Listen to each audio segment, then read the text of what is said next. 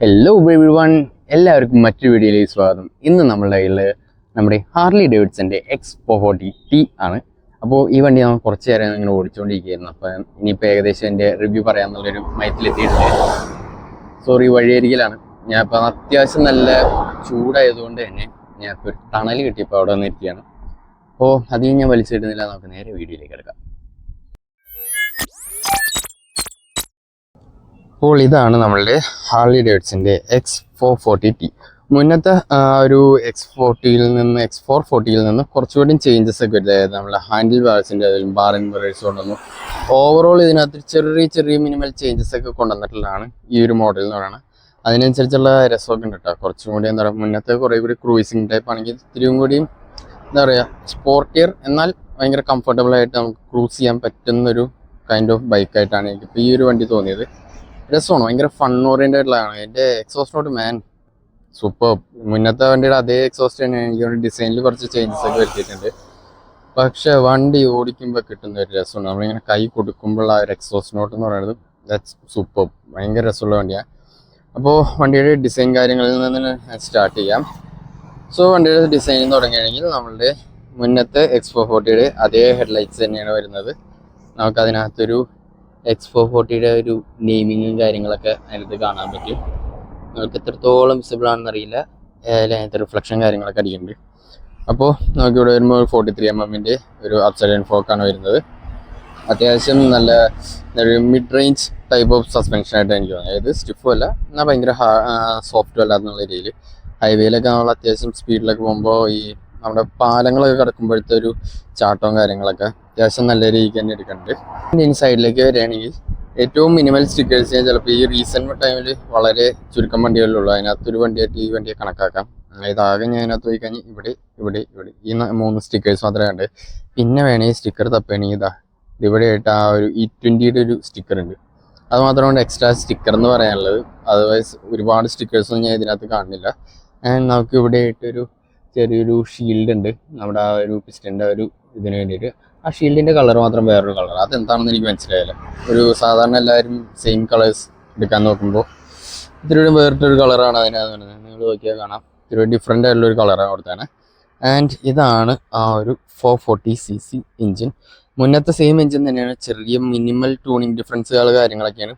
ഭയങ്കര റിഫൈൻഡ് ആണ്. സ്റ്റാർട്ട് ചെയ്യുമ്പോഴൊക്കെ ഭയങ്കര എന്താ ഒരു പ്രീമിയം ബൈക്കിൻ്റെ ഒരു ഫീല് നമുക്ക് ഇതിൻ്റെ ആ ഒരു സൗണ്ടിൽ നമുക്ക് കിട്ടും. ആൻഡ് സീറ്റിലേക്ക് വരികയാണെന്നുണ്ടെങ്കിൽ അത്യാവശ്യം കംഫർട്ടബിൾ ആയിട്ടുള്ള സീറ്റാണ്. റിയർ പില്ലൻ സീറ്റ് അത്യാവശ്യം എന്താ പറയുക സഫീഷ്യൻറ്റ് എന്ന് പറയാൻ പറ്റില്ല ഒരു വിട്ട് കാര്യങ്ങൾ. പക്ഷേ ബാക്കിലേക്ക് വരുന്തോറും കൂടുതൽ നാരോ ആയിക്കൊണ്ടിരിക്കുകയാണ്. പക്ഷെ നമ്മുടെ റൈഡർ സീറ്റ് ഇറ്റ്സ് സഫീഷ്യൻറ്റ്, അത്യാവശ്യം കംഫർട്ടബിൾ ആണ്. ഒരുപാട് വണ്ണുള്ളവർക്ക് അറിയില്ല, ഇരുന്ന് നോക്കിയാലേ അറിയുള്ളൂ അങ്ങനെയുള്ളവർ. സോ വണ്ടി എങ്ങനെ ആയാലും ടെസ്റ്റ് ഡ്രൈവ് ചെയ്യാതെ എടുക്കരുത്. അത് ഞാൻ പ്രത്യേകം എല്ലാവരോടും പറയുന്നൊരു കാര്യമാണ്. ആൻഡ് ഇങ്ങോട്ട് വരികയാണെങ്കിൽ നമുക്ക് ഇവിടെ ഒരു ചെറിയൊരു കവറും കാര്യങ്ങളൊക്കെ കാണാം. ഈ ഒരു പോർഷനിൽ എക്സ്ട്രാ ഒരു കവറിങ്. അതെനിക്ക് തോന്നും എന്താ പറയുക, ഈ കവറില്ലെന്നാണെന്നുണ്ടെങ്കിൽ ഈ ഒരു കവറില്ലെന്നാണെന്നുണ്ടെങ്കിൽ ഓവറായിട്ടൊരു എന്താ പറയുക ഒരു വേക്കൻറ്റ് സ്പേസ് അവിടെ വരാൻ ചാൻസ് ഉണ്ട്. അപ്പോൾ അത് ശരിക്കും ഡിസൈൻ പർപ്പസ് മാത്രമായിട്ടാണ് എനിക്ക് തോന്നുന്നത്, വേറെ പർപ്പസൊന്നും ഇല്ല. പക്ഷേ ഡിസൈൻ വൈസ് നോക്കുകയാണെങ്കിലും അത് നന്നായിട്ടുണ്ടെന്ന് ഞാൻ പറയുള്ളൂ.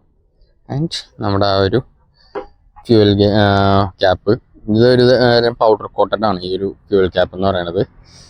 യെസ്, അത്യാവശ്യം പൗഡർ കോട്ടഡ് ആയിട്ടുള്ളൊരു ഫ്യൂവൽ ക്യാപ്പാണ്. അത് കൊള്ളാം. ഇങ്ങോട്ടേക്ക് വരുമ്പോഴാണ് ഇതിനകത്തെ മെയിൻ ചേഞ്ചിൽ നമ്മൾ നോട്ടീസ് ചെയ്യുന്നൊരു ചേഞ്ച് എന്ന് പറയുന്നത് ഈ ഒരു ബാർ ആൻഡ് മിറേഴ്സ് ആണ്. ഞാൻ ബാർ ആൻഡ് മിറേഴ്സ് അധികം എന്താ പറയുക ഭയങ്കരമായിട്ട് വിസിബിളായിട്ട് ഞാൻ കണ്ടല്ലോ. പക്ഷേ ഇത് അത്യാവശ്യം വിസിബിൾ, അത് കറക്റ്റ് ഇതിനകത്ത് വയ്ക്കണം. നമ്മളിപ്പോൾ ഇവിടെ നിന്ന് നോക്കുമ്പോൾ സർക്കുലർ ആയിരിക്കും, പക്ഷേ ഇതിൻ്റെ നോഡ് നോക്കിക്കഴിഞ്ഞാൽ ഒരു എൻഡിലായിട്ടാണ് വെച്ചേക്കുന്നത്. അപ്പോൾ അതുകൊണ്ട് തന്നെ ഈ ഒരു ആംഗിൾ ഇപ്പം ഈ വണ്ടി എടുക്കുന്നവർ ശ്രദ്ധിച്ച് നോക്കിയാൽ അറിയാം, ഈ ഒരു ആംഗിളിൽ ഈ ഒരു സ്റ്റെമ്മും കറക്റ്റ് അങ്ങോട്ട് ഇറക്കി വയ്ക്കുകയാണെന്നുണ്ടെങ്കിൽ പെർഫെക്റ്റ് ആയിട്ടുള്ള വ്യൂ ആണ്. എനിക്ക് വണ്ടി ഞാൻ എടുക്കുമ്പോൾ ഈ ഒരു മിറേഴ്സ് അത്ര വ്യൂ ഉണ്ടായിരുന്നില്ല, എന്നാൽ ആ മിറേഴ്സ് അത്യാവശ്യം പെർഫെക്റ്റ് വ്യൂ ആയിരുന്നു ആ മിറേഴ്സിന്. അപ്പോൾ അത് എനിക്ക് ഇത്തിരി ഒരു ഓടായിട്ട് തോന്നി. പിന്നെ ഒന്ന് അഡ്ജസ്റ്റ് ചെയ്ത് നോക്കിയപ്പോഴാണ് എനിക്ക് ആ ഒരു ഡിഫറൻസ് മനസ്സിലായത്. സംഭവം ഒന്ന് അഡ്ജസ്റ്റ് ചെയ്ത് കഴിഞ്ഞാൽ പക്കാ വിസിബിളാണ്, സഫീഷ്യൻ്റ് ആണ്, നമുക്ക് വേണ്ടതൊക്കെ കാണാൻ പറ്റും. ഓവറായിട്ട് നമ്മുടെ കൈ ബ്ലോക്ക് ചെയ്യുന്നതൊക്കെ വളരെ കുറവാണ്. നോർമലി കൺവെൻഷൻ മിറേഴ്സിന് വളരെ കുറവാണ്. ഇനി നമുക്ക് മീറ്ററിലേക്ക് വരാണെന്നുണ്ടെങ്കിൽ ഇത് സ്റ്റാർട്ട് ചെയ്യുന്നു. അത്യാവശ്യം നല്ല രസമുള്ളൊരു ആനിമേഷനും കാര്യങ്ങളൊക്കെയാണ്, എഫക്ട്സും കാര്യങ്ങളൊക്കെയാണ്. ഇതാണ് അതിൻ്റെ മീറ്റർ. മുന്നത്തെ സെയിം മീറ്റർ തന്നെ, കുറച്ച് എക്സ്ട്രാ ഐറ്റംസ് അഡീഷണൽ ആയിട്ട് വരുത്തിയിട്ടുണ്ടെന്ന് മാത്രം. അതായത് നമുക്ക് ഈ ഒരു സ്വിച്ചിൽ നിന്ന് നമുക്ക് ടോഗിൾ ചെയ്യാം. അപ്പം അത് പറയുന്നതിന് മുന്നേ ഇതിനകത്ത് മറ്റ് ചേഞ്ചസ് എന്ന് പറയുന്നത് വണ്ടി ഇപ്പോൾ റൈഡ് ബൈ വയർ ആയിട്ടുണ്ട്. അപ്പോൾ നമുക്ക് ഇത്തിരി കൂടിയും പ്രിസൈസ് ആയിട്ടുള്ള ആക്സിലറേഷനും കാര്യങ്ങളൊക്കെ കിട്ടും.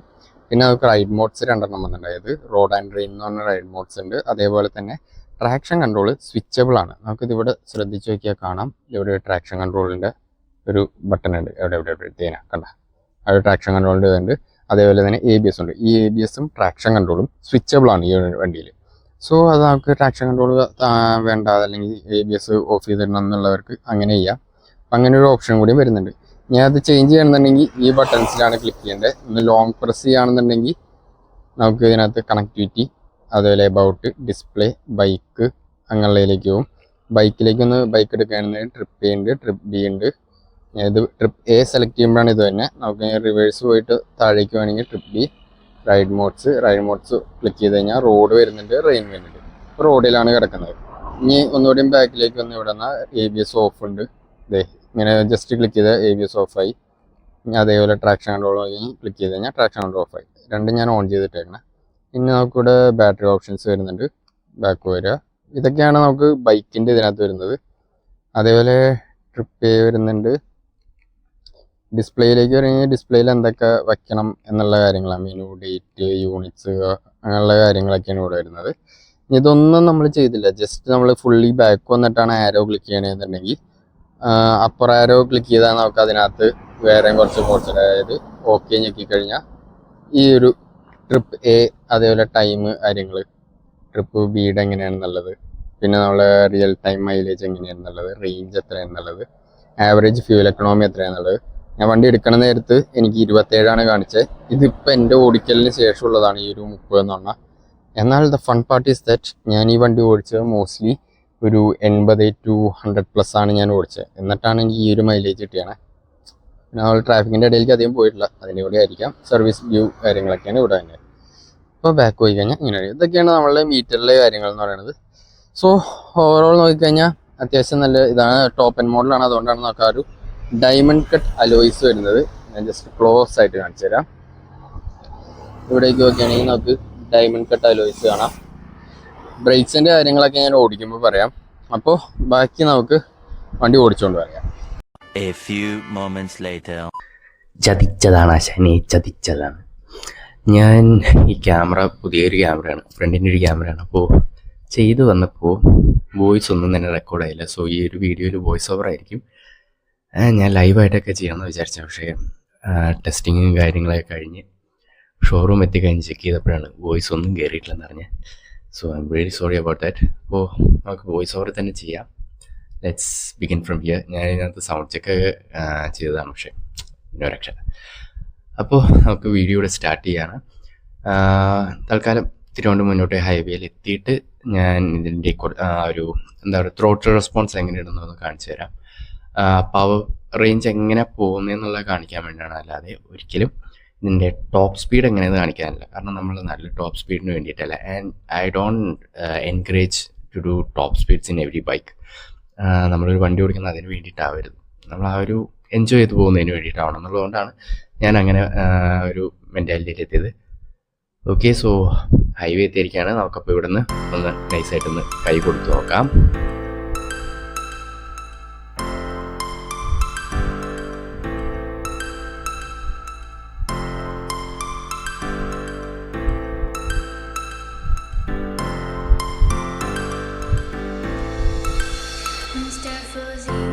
Okay, so as you can see നമ്മളിപ്പോൾ ഒരു 104 റേഞ്ചാണ് ഞാനിപ്പോൾ ഒന്ന് കയറ്റിയത്. ജസ്റ്റ് ആ ഒരു ത്രോട്ടിൽ റെസ്പോൺസ് കാണിക്കാൻ വേണ്ടിയിട്ട് ചെയ്തതാണ്, ഒരിക്കലും അത് മറ്റുള്ളവരെ എൻകറേജ് ചെയ്യാൻ വേണ്ടിയിട്ടല്ല. അപ്പോൾ വണ്ടിയുടെ എൻജിൻ റെസ്പോൺസ് എങ്ങനെയെന്ന് വെച്ച് കഴിഞ്ഞാൽ എല്ലാ ഗിയർ റേഞ്ചിലും എല്ലാ ബാൻഡ് റേഞ്ചിലും നമുക്ക് ഇൻസ്റ്റൻറ്റ് ടോർക്ക് നമുക്ക് കിട്ടും. കാരണം ഈ വണ്ടിയുടെ ഒരു പവർ ഫിഗേഴ്സ് എന്ന് പറയുന്നത് ഏകദേശം 27 ഹോഴ്സ് പവർ 25 ഹോഴ്സ് പവർ, ആ ഒരു എക്സാക്ട് ഫിഗേഴ്സ് ഞാൻ അവിടെ കാണിക്കാം. എന്നാൽ ടോർക്ക് റേഞ്ച് എന്ന് പറയുന്നത് ഏകദേശം 32 ആ ഒരു റേഞ്ചിലാണ് ഇതിൻ്റെ ടോർക്ക് നിൽക്കുന്നത്. അപ്പോൾ അതുകൊണ്ട് തന്നെ നമുക്ക് ഇൻസ്റ്റൻ്റ് ആയിട്ടുള്ള പവർ നമുക്ക് എല്ലാ റേഞ്ചിലും കിട്ടും. ഈവൻ സ്റ്റിൽ ഞാൻ ഈ വണ്ടി ഒരു 6th ഗിയറിലേക്ക് കൊണ്ട് അധികം പുഷ് ചെയ്തിട്ടില്ല. 6th ഗിയർ ഞാൻ ഈ ഒരു വണ്ടി ടെസ്റ്റ് ചെയ്ത സമയത്തൊക്കെ 6th ഗിയർ ആകെ 2-3 വട്ടം മാത്രമേ എനിക്ക് ഇടേണ്ടി വന്നിട്ടുള്ളൂ. അല്ലാതെ തന്നെ ഭയങ്കര കംഫർട്ടബിൾ ആയിട്ട് നമുക്കൊരു 80s 90s ആ ഒരു റേഞ്ചിലൊക്കെ ഭയങ്കര ഈസി ക്രൂസിങ് നടത്താവുന്നതാണ് ആ ഒരു ഇതിനകത്ത്. സോ ഐ തിങ്ക് നമുക്ക് ആ ഒരു 6th ഗിയർ കുറേ കൂടി ഒരു ക്രൂസിങ് ഫ്രണ്ട്ലിനെസ്സിന് വേണ്ടിയിട്ടുള്ള ഒരു കൈൻഡ് ഓഫ് ഗിയറാണ്. നമുക്ക് അതിനകത്ത് റെസ്പോൺസ് കാര്യങ്ങളൊക്കെ ഉണ്ട്, വെറുതെ ഒരു ഡെഡ് ഗിയർ ആയിട്ട് തോന്നിയിട്ടില്ല. ബട്ട് സ്റ്റിൽ ഭയങ്കര കംഫർട്ടബിൾ ആയിട്ട് നമുക്ക് ക്രൂസ് ചെയ്യാനായിട്ട് പറ്റിയൊരു ഗിയർ റേഞ്ചാണ് ഇതിനകത്തൊരു 6th ഗിയർ എന്ന് പറയുന്നത്. ഇനി ഹാൻഡ്ലിങ് കാര്യങ്ങളിലേക്ക് പറയുകയാണെന്നുണ്ടെങ്കിൽ ഭയങ്കര ഫ്രണ്ട്ലി ആയിട്ടുള്ളൊരു ഹാൻഡ്ലിംഗ് ആണ് ഇതിൻ്റെ എന്ന് പറയുന്നത്. ഞാൻ അവിടെ കൈയും കൈലാശമൊക്കെ കാണിക്കുന്നുണ്ട്, ബട്ട് അൺഫോർച്ചുനേറ്റ്ലി മൈക്ക് നമ്മൾ ചതിച്ചു കളഞ്ഞു. അപ്പോൾ ഹാൻഡ്ലിങ് കാര്യങ്ങളെ നോക്കുകയാണെങ്കിൽ നല്ല സ്റ്റേബിളാണ്. ഞാൻ ഹൈ സ്പീഡൊക്കെ ചെയ്ത് നോക്കി, ഏകദേശം 120 റേഞ്ചൊക്കെ കയറ്റി നോക്കിയെങ്കിലും അത്യാവശ്യം കംഫർട്ടബിളായിട്ട് തന്നെ ഭയങ്കര എന്താ പറയുക ഒരു സ്റ്റേബിളായിട്ട് നമുക്ക് നിൽക്കുന്നുണ്ട്. ഭയങ്കര വണ്ടി പാളിപ്പോകുന്നൊരു ഫീലോ കാര്യങ്ങളൊന്നും ഉണ്ടായില്ല. ആകെ നമുക്ക് ആ ഒരു വിൻഡ് ബ്ലാസ്റ്റിൻ്റെ ഒരു ഹെവി ഇഷ്യൂ മാത്രമേ ഉണ്ടായിരുന്നുള്ളൂ. അപ്പോൾ നമ്മൾ ആ ഒരു ബ്ലോക്ക് കാര്യങ്ങളൊക്കെ എത്തി. സ്റ്റിൽ നമുക്ക് വണ്ടിയുടെ വെയിറ്റ് വലിയ ഇഷ്യൂ വരുന്നില്ല. ഒരു 180+ kg ആ ഒരു റേഞ്ച് വണ്ടിക്ക് വെയിറ്റ് ഉണ്ട്. സ്റ്റിൽ നമുക്ക് ആ ഒരു വെയിറ്റ് ഭയങ്കര വലിയ ഇഷ്യൂ ആയിട്ട് എനിക്ക് തോന്നിയില്ല. അതേപോലെ തന്നെ നമുക്ക് ആ സീറ്റ് നമ്മൾ ഇരിക്കുന്ന ഈ പോർഷൻ കുറച്ചുകൂടി നാനോ റേഞ്ച് ആയതുകൊണ്ട് തന്നെ കാല് കുത്താനും വലിയ ഇഷ്യൂ ഇല്ല. ഇപ്പോൾ എൻ്റെ ഹൈറ്റ് എന്ന് പറയുന്നത് ഏകദേശം 5.8 റേഞ്ചാണ് എൻ്റെ ഹൈറ്റ് എന്ന് പറയുന്നത്. എന്നെ സംബന്ധിച്ചിടത്തോളം എനിക്ക് അത്യാവശ്യം ഫ്ലാറ്റ് ഫുട്ടാണ്. രണ്ട് സൈഡും എനിക്ക് അത്യാവശ്യം ഫ്ലാറ്റ് ഫുട്ടായിട്ടാണ് കിട്ടുന്നത്. സോ അത്യാവശ്യം കംഫർട്ടബിൾ ആണ്. അത്യാവശ്യം വണ്ണുള്ളവരെ സംബന്ധിച്ച് നോക്കുകയാണെങ്കിൽ ഒരു ലേശം ചിലപ്പോൾ ഒരു ഡിസ്കംഫർട്ട് തോന്നിയേക്കാം, കാരണം സീറ്റ് ഭയങ്കര വൈഡല്ല. പക്ഷേ റൈഡറിനെ സംബന്ധിച്ച് സഫീഷ്യൻ്റ് ആയിട്ട് എനിക്ക് തോന്നി. പക്ഷെ പില്ലണിനെ വെച്ച് നോക്കുമ്പോൾ പില്ലിയൻ സീറ്റ് കുറച്ചുകൂടി നാരോ ആണ്. അപ്പോൾ കുറച്ചുകൂടി മെലിഞ്ഞിട്ടോ അല്ലെങ്കിൽ ഒരു മീഡിയം വണ്ണമൊക്കെ ഉള്ളവർക്ക് കുഴപ്പമുണ്ടാവില്ല. പക്ഷെ അത്യാവശ്യം ഫാറ്റ് ആയിട്ടുള്ളവരെ സംബന്ധിച്ച് നോക്കുകയാണെങ്കിൽ കുറച്ച് ബുദ്ധിമുട്ടായിരിക്കാൻ സാധ്യതയുണ്ട് സീറ്റിംഗ് കംഫർട്ട്. അപ്പോൾ തീർച്ചയായിട്ടും ടെസ്റ്റ് ഡ്രൈവ് ചെയ്യുന്ന സമയത്ത് പില്ലിയൻ സീറ്റും കൂടി ഒന്ന് ചെക്ക് ചെയ്തതിന് ശേഷം വേണം ആ ഒരു കാര്യമൊക്കെ ഡിസൈഡ് ചെയ്യാൻ. കാരണം പിന്നീട് നമുക്ക് ഒരു ഇഷ്യൂ ആയിട്ട് തോന്നരുത്. ഓക്കെ, ഇനി നമുക്ക് ഇത്തിരി മുന്നോട്ട് പോകുമ്പോൾ ഇതിനകത്ത് എനിക്ക് ഏറ്റവും കൂടുതൽ ഇഷ്ടപ്പെട്ടൊരു കാര്യം എന്ന് പറഞ്ഞാൽ ഇതിൻ്റെ ഒരു ബാർ ആൻഡ് മിറേഴ്സ്. നോർമലി നമ്മൾ കാണുന്ന വണ്ടികളെ അപേക്ഷിച്ച് നോക്കുകയാണെങ്കിൽ ഭയങ്കര വിസിബിലിറ്റി ഒന്നും ഞാൻ കണ്ടിട്ടില്ല. ഒരു ആവറേജ് വിസിബിലിറ്റി തോന്നിയില്ല, ഒരു ഷോ ഓഫ് മിറേഴ്സ് ആയിട്ട് എനിക്ക് തോന്നിയിട്ടില്ല. പക്ഷെ ഇതിൻ്റെ ബാർ ആൻഡ് മിറേഴ്സ് കൊള്ളാം. കറക്റ്റ് ആംഗിളിൽ നമ്മൾ സെറ്റ് ചെയ്ത് നോക്കുകയാണെന്നുണ്ടെങ്കിൽ നമ്മൾ ആ ഒരു വിഷ്വൽ സൂപ്പറായിട്ട് നമുക്ക് കിട്ടും. അതിനകത്ത് ഞാൻ ഉദാഹരണം പറയുകയാണെങ്കിൽ എനിക്ക് റൈറ്റ് സൈഡ് മിറേഴ്സ് ആയിരുന്നു ഇനീഷ്യലി അത്യാവശ്യം നല്ല വിസിബിലിറ്റി ഉണ്ടായിരുന്നു. പക്ഷെ ലെഫ്റ്റ് അത്രയും പ്രോപ്പർ ആയിരുന്നില്ല. പിന്നീട് ഞാൻ ടെസ്റ്റ് ചെയ്യുന്നതിനിടയിൽ റൈറ്റ് സൈഡ് ഏത് ആംഗിളിലാണ് ഇരിക്കുന്നത് അതേപോലെ തന്നെ അതൊന്ന് സെറ്റ് ചെയ്തൊരു എൽ ഷേപ്പ് രീതിയിൽ സെറ്റ് ചെയ്ത് വെച്ച് കഴിഞ്ഞപ്പോൾ എനിക്ക് രണ്ട് മിറേഴ്സും ഈക്വലി ഭയങ്കര വിസിബിലിറ്റി കിട്ടുന്ന രീതിയിലായിരുന്നു. എനിക്ക് ഭയങ്കര കഷ്ടപ്പെട്ട് നോക്കേണ്ട ഇഷ്യൂസ് ഒന്നും ഉണ്ടായിരുന്നില്ല. So mirrors are really good. Meters നമ്മുടെ പ്രീവിയസ് X440യുടെ സെയിം മീറ്റേഴ്സ് തന്നെയാണ്. കുറച്ച് റൈഡ് മോഡ്സ് വന്നിട്ടുണ്ടെന്ന് മാത്രം. അതേപോലെ തന്നെ ഡിസൈൻ വൈസ് നോക്കുകയാണെങ്കിലും മിനിമൽ ചേഞ്ചസ് മാത്രമാണ് വരുന്നത്. ഇപ്പോൾ ഉദാഹരണം നമ്മുടെ ടെയിൽ ലൈറ്റ് ഇൻറ്റഗ്രേറ്റ് ചെയ്തു, കുറച്ചുകൂടി വണ്ടിയോട് ചേർന്നുള്ള രീതിയിലാക്കി. പഴയതിൻ്റെ സെപ്പറേറ്റ് ആയുള്ള രീതിയിലായിരുന്നു. അപ്പോൾ അത് കുറച്ചുകൂടി സ്റ്റാൻഡേർഡ് ലുക്സ് തോന്നും. കുറേ എനിക്ക് തോന്നുന്നു പഴയതിനേലും കുറച്ചും കൂടി ഭംഗി എനിക്ക് ഇതിൻ്റെ ടെയിൽ ലൈറ്റ്സിൽ തോന്നിയിട്ടുണ്ട്. ഹാൻഡിൽ ബാർസ് കുറച്ചുകൂടി വൈഡ് ആയിട്ടുള്ളൊരു ഹാൻഡിൽ ബാർസാണ്. ഭയങ്കര രസമായിട്ട് അങ്ങനെ ഫിൽറ്റർ ചെയ്ത് പോകാനൊക്കെ ഭയങ്കര രസമാണ് കൊണ്ടു നടക്കാനൊക്കെ ആയിട്ട്. ഗിയർ ബോക്സിൻ്റെ പറയുകയാണെന്നുണ്ടെങ്കിൽ ഗിയർ ബോക്സ് കുറച്ച് ഹാർഡായിരുന്നു. ലൈക്ക് നമുക്ക് അപ്പ് ഷിഫ്റ്റ് ചെയ്യുന്ന സമയത്ത് എപ്പോഴും ഹാർഡ്നെസ് തോന്നില്ല, ചില ഏരിയാസിൽ മാത്രമായിരുന്നു ഒരു ചെറിയ സ്റ്റിഫായിട്ട് തോന്നിയത്. നേരെ വെച്ചാൽ ഡൗൺ ഷിഫ്റ്റ് ചെയ്യുന്ന സമയത്ത് എനിക്ക് പല ഗിയർ റേഞ്ചിലും ആ ഒരു സ്റ്റിഫ്നെസ് തോന്നി, കുറച്ച് ഹാർഡായിട്ട് തോന്നി ഗിയർ. മേ ബി വണ്ടി ഒരുപാട് ഓടിക്കഴിയുമ്പോൾ ഹാർഡ്നെസ് പോവുമായിരിക്കും, അറിയില്ല. പക്ഷെ കുറച്ച് കട്ടി എനിക്ക് ഡൗൺ ഷിഫ്റ്റ് ചെയ്യുന്ന സമയത്ത് തോന്നിയിട്ടുണ്ടായിരുന്നു. നമുക്ക് ആ ഒരു അപ്പ് ഷിഫ്റ്റ് ചെയ്യുന്ന സമയത്ത് എനിക്ക് എപ്പോഴും അങ്ങനെ തോന്നിയിട്ടുണ്ടായിരുന്നില്ല. ഇതിനകത്ത് സ്ലിപ്പ് ക്ലച്ചൊക്കെ ഉണ്ട്, സ്റ്റിൽ ആ ഒരു ഹാർഡ്നെസ് എനിക്ക് അവിടെ ഫീൽ ചെയ്തിട്ടുണ്ടായിരുന്നു കാര്യമായിട്ട്.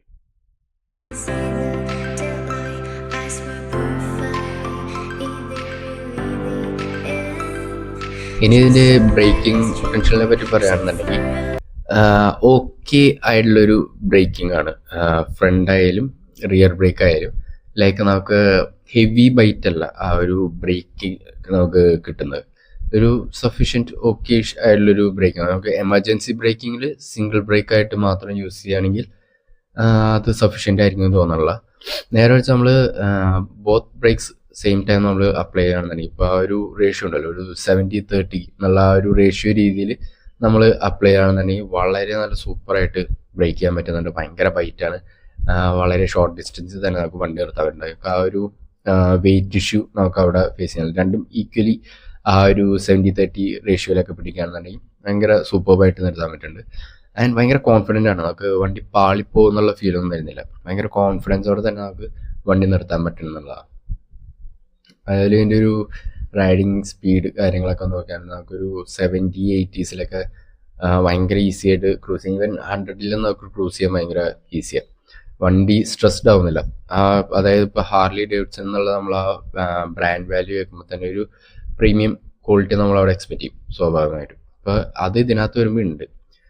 ഒരിക്കലും ഇതൊരു സ്മോൾ CC ബൈക്കാണെന്ന് കരുതിയിട്ടോ അതല്ലെങ്കിൽ ഒരു ഹീറോയുടെ അണ്ടറിൽ അസംബിൾ ചെയ്ത് ഉണ്ടാക്കിയെടുത്തൊരു വണ്ടിയാണെന്ന് വിചാരിച്ചോ ആ ക്വാളിറ്റിയുടെ കാര്യത്തിൽ ഇവർ കോംപ്രമൈസ് വരുത്തിയിട്ടില്ല.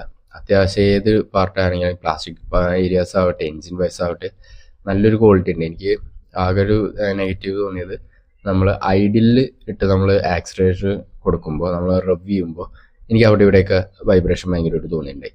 നേരെ മറിച്ച് നമ്മൾ ഓടിക്കുന്ന സമയത്ത് ഈ പറഞ്ഞ ത്രോട്ടിൽ കൊടുക്കുമ്പോഴും ഹയർ സ്പീഡിൽ പോകുമ്പോഴൊന്നും എനിക്ക് കാര്യമായിട്ടുള്ള ഒരു വൈബ്രേഷൻ എവിടെയും തോന്നിയില്ല.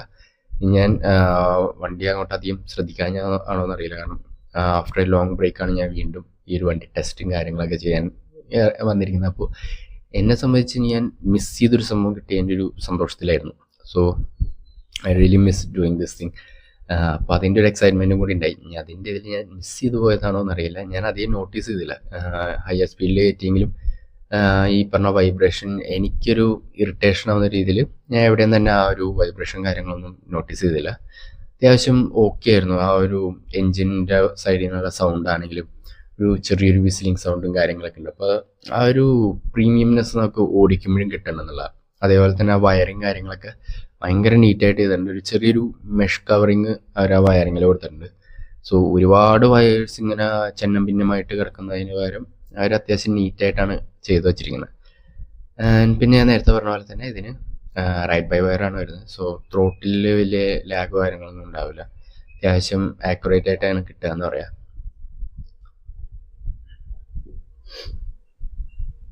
ഇനി വണ്ടിയുടെ ഫ്യൂവൽ എക്കണോമിയെ പറ്റി ചോദിക്കുകയാണെന്നുണ്ടെങ്കിൽ വണ്ടി ഞാൻ ടെസ്റ്റ് ചെയ്യാൻ എടുക്കുന്നതിന് മുന്നേ ഞാൻ മീറ്ററിൽ ചെക്ക് ചെയ്തപ്പോൾ ഞാൻ ടെസ്റ്റ് ചെയ്ത് നോക്കിയിട്ടില്ല ഫ്യൂവൽ എക്കണോമി. ഞാൻ മീറ്ററിലുള്ള ഫിഗേഴ്സ് വെച്ചാണ് പറയുന്നത്. അപ്പോൾ മീറ്ററിൽ ഞാൻ ടെസ്റ്റ് ചെയ്യാൻ നേരത്ത് എടുക്കുന്ന ടൈമിൽ എനിക്കൊരു 27 എനിക്ക് ആ ഒരു മൈലേജ് എനിക്ക് കിട്ടിയത്, ആവറേജ് എക്കണോമി. ശേഷം ഞാൻ എൻ്റെ ടെസ്റ്റിങ് ടൈമിൽ ഞാൻ അത്യാവശ്യം എല്ലാ പവർ റേഞ്ചിലും ഓടിച്ചു നോക്കിയിട്ടുണ്ട്. ലൈക്ക് ലോ സ്പീഡ് നോക്കി, ഹൈ സ്പീഡ് നോക്കി, 120 വരെ കയറ്റി നോക്കി, ഒരു 100 or 105 റേഞ്ചിൽ കൺസിസ്റ്റൻ്റ് ആയിട്ട് ഓടിച്ചു നോക്കിയിട്ടുണ്ടായി. എല്ലാ പരിപാടികളും നടത്തിയിട്ടുണ്ട്. സ്റ്റിൽ എനിക്ക് ആ വണ്ടിയിൽ കിട്ടിയ ഒരു മൈലേജ് ഫിഗേഴ്സ് എന്ന് പറയുന്നത് ഏകദേശം 30 മൈലേജ് ഏകദേശം പെർ ലിറ്റർ എനിക്ക് കിട്ടിയെന്നുള്ളതാണ്. സോ അത്യാവശ്യം ഡീസൻ്റ് ആയിട്ടുള്ള മൈലേജാണ്. അങ്ങനത്തെ ഒരു റഫ് ഓടിക്കൽ കാര്യങ്ങളൊക്കെ വെച്ച് നോക്കുകയാണെങ്കിൽ ഇനി വണ്ടി ആർക്കൊക്കെ പറ്റിയതാണെന്ന് ചോദിച്ചു കഴിഞ്ഞാൽ വണ്ടിയുടെ പ്രൈസ് റേഞ്ച് ഏകദേശം 3 lakh above വരുന്നുണ്ട്. 3.4 ആ റേഞ്ചൊക്കെയാണ് ഇതിൻ്റെ ഓൺ റോഡ് പ്രൈസ് വരുന്നത്. അപ്പോൾ ആ പ്രൈസ് റേഞ്ച് വെച്ച് നോക്കിയാൽ അത് ആർക്കൊക്കെ പറ്റുകയെന്ന് വെച്ച് കഴിഞ്ഞാൽ ബൈ ദ വേ ഈ സംഭവം എന്ന് പറഞ്ഞാൽ ഇതിനൊരു ചാർജിങ് പോർട്ട് അതിൻ്റെ ഇടയിൽ വരുന്നുണ്ട്. അതൊരു ഭയങ്കര പോരായ്മയാണ്. ലൈക്ക് എനിക്കത് ഓപ്പൺ ചെയ്യാനേ പറ്റുന്നില്ല എന്നുള്ളതാണ്. ഇങ്ങനെ നമ്മൾ ഓടിക്കുന്നതിനിടയിൽ പോലും നമുക്കതൊന്ന് ആക്സസ് ചെയ്യാൻ ഭയങ്കര ഡിഫിക്കൽട്ട്, ആ വയറിങ്ങിൻ്റെ ഒക്കെ ഇടയിലായതുകൊണ്ട്. സോ അതൊരു അനോയിങ് ആയിട്ടുള്ളൊരു പൊസിഷനിങ് ആയിപ്പോയി.